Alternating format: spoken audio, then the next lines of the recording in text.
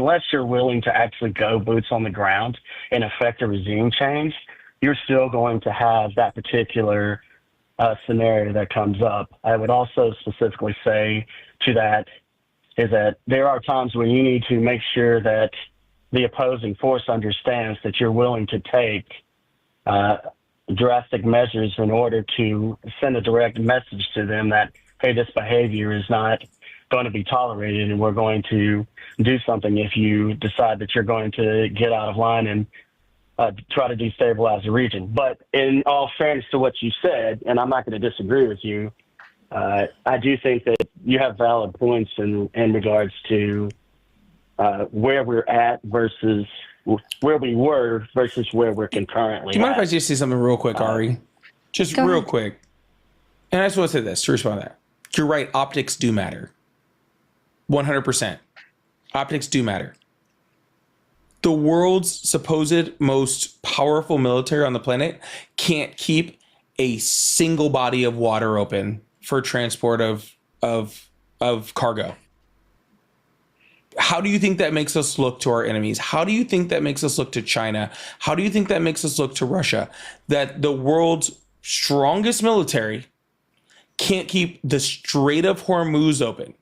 All right. What do you think that does to our optics? And I'll tell you straight up what it does. It makes us look fucking weak. It makes us look fucking pathetic. It makes us look the exact same way that we looked at Russia when Russia attacked Ukraine, right? And everybody was like, they're going to take over Ukraine in 2 weeks. And now we're 3 years fucking past and they still haven't taken over Ukraine. And we're like, oh shit, the Russian military wasn't as big and badass as we thought they fucking were, right? Yeah. And so the optics are important, and we're failing at the optics due to this war. Sorry, Ari. Even more so because I don't know if you remember Donald Trump's Truth Social last August, where he said Russia should have won the war within 2 weeks.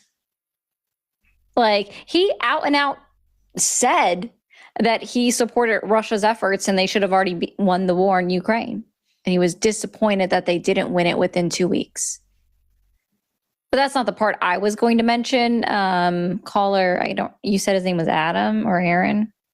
Alan. I was close. I'm sorry.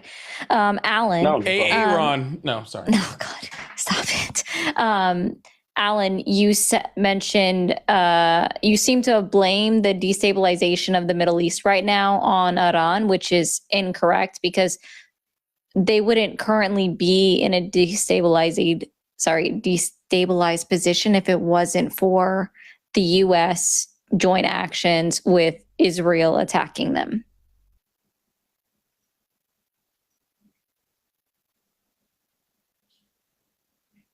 I mean, I don't necessarily agree with you on that point, but that's your point to make, and we can agree to disagree. Was it before February? On February 27, 2026. How was the Middle East looking? Was it destabilized?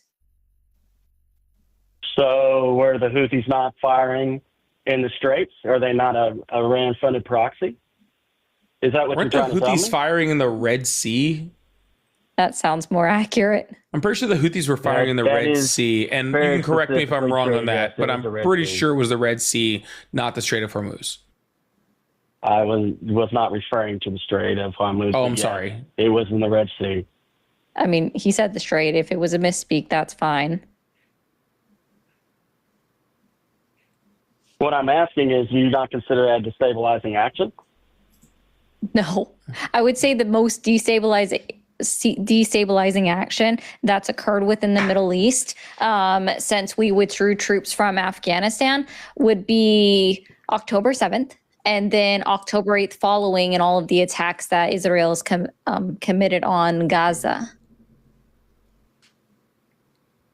The Houthis firing on the Red Sea is bad. Stabilizing no more than a gang in LA is bad, but it doesn't destabilize the entire country, right? Yeah. Singular violent acts don't destabilize regions. However, attacking an entire country, knowing full well that they were then going to attack all neighboring countries, because Marco Rubio admitted that on live TV, that they knew that if Israel attacked Iran, that they were then going to attack all of the neighboring countries because U.S. bases were there. Right, because they're committing asymmetric warfare, right? Like that is the point of asymmetric warfare. And you said you're a 25-year vet. You should know that. The point of asymmetric warfare is not to come and destroy us, is to make it as painful as possible. Right? So taking out natural gas plants in Qatar, or taking out oil fields in Saudi, or shutting down the Strait of Hormuz, right? That's what makes it most effectual against the United States. And that's just survival. And if you want to look at it from that point of view, they're winning.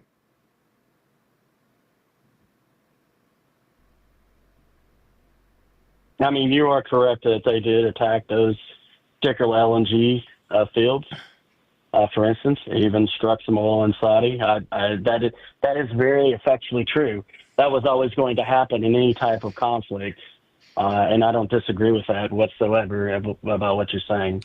And so, from an economic standpoint, I think there's some viable credibility to what you're saying specifically in regards to that. So I guess really what my question is to you, because I don't want to take up a ton of your time, is at this particular point, what do you think is the most viable option that either side can get to? Yeah, there's only one viable option at this point, and that is to enter into the same agreements that we were in with the JCPOA, have them give up their enriched uranium, allow them to enrich uranium up to a certain point that's used for power, because that's what they're going to be able to do for energy sources, and to release sanctions on them and have them open up the Strait of Hormuz and to stop the bombing. Like, literally, the only free way out of this possible is to enter back into the agreement that Donald Trump left. And if he hadn't left, we wouldn't be in this situation to begin with. Yep. And I'm sorry, I didn't mean to cut you off, Ari. Oh, no, I just said, yep, you're good. You didn't, so don't feel bad. And in that agreement, would you be okay with not having short-term sunset provisions or inspection protocol delays that could go up to 24 days? That doesn't bother me. Why would 24 days bother me? If they're going to build a nuclear weapon in 24 days. They would need more centrifuges. One of the original criticisms is that they would need more centrifuges that, again, they weren't allowed under the JCPOA, right? Because they had a limit on how many they could have. 24 days is nothing. Yeah. Well, the only reason why I'm saying 24 days is because the way their inspection protocol allowed for a delay of up to 24 days as an example, which means that there could be resolved a contested access to some of those centrifuges and enrichment sites. So there is a question of whether this enrichment was still transpiring or if they were shielding that from inspectors. That's why I said that particular. I'm not saying they weren't. I'm just saying. The only people that have questioned it has been the Israeli government. Literally. That's it. Literally. Only the. And aside from that, only one country has ever invoked the last section of the JCPOA when they believe somebody's violated the letter of the deal, to have it reviewed within 30 days for resolution. And that was Iran, because Donald Trump reinstituted sanctions on May 8th, 2018, which was a direct violation of the JCPOA. I think the biggest problem is that people think for some reason that bombing someone is the best way to get them to abide by nuclear protocols. Weird. Right? It's the dumbest thing ever. At least in my opinion, all that does is tell a country that the only way to not be attacked by the United States government is to have a nuclear weapon. Yep. And that's present because, as Alan said at the beginning, I think he said 13 or 12 months, I don't remember the exact number of months, before we bombed Iran, that they, by proxy, killed 12 or 13 service members. I'm confusing the numbers here, which, again, I'll point out that our U.S. intelligence report showed that Russia did the exact same thing in 2020, except it was 16 service members by proxy that they paid for, and we never did anything to Russia. Yeah, so, it's the same idea as every other country that has gone nuclear, right? Like it's an understanding that the United States will not attack a country that has nuclear weapons, right? So when you attack them with force, right, it says we have to get a nuclear weapon so we can stop this from happening, right? But what stops them much more easily, like truthfully, from getting a nuclear weapon, is to include them financially. Right, when you tie their financial state of, especially in authoritarian governments that exist in Iran, when you make the government rich, when you make their oligarchs rich, right, then they're a lot less likely to do things like violate nuclear treaties, because they're like, oh, if we violate this, then guess what? We're poor again, or we're at war. None of that is good for rich people, right?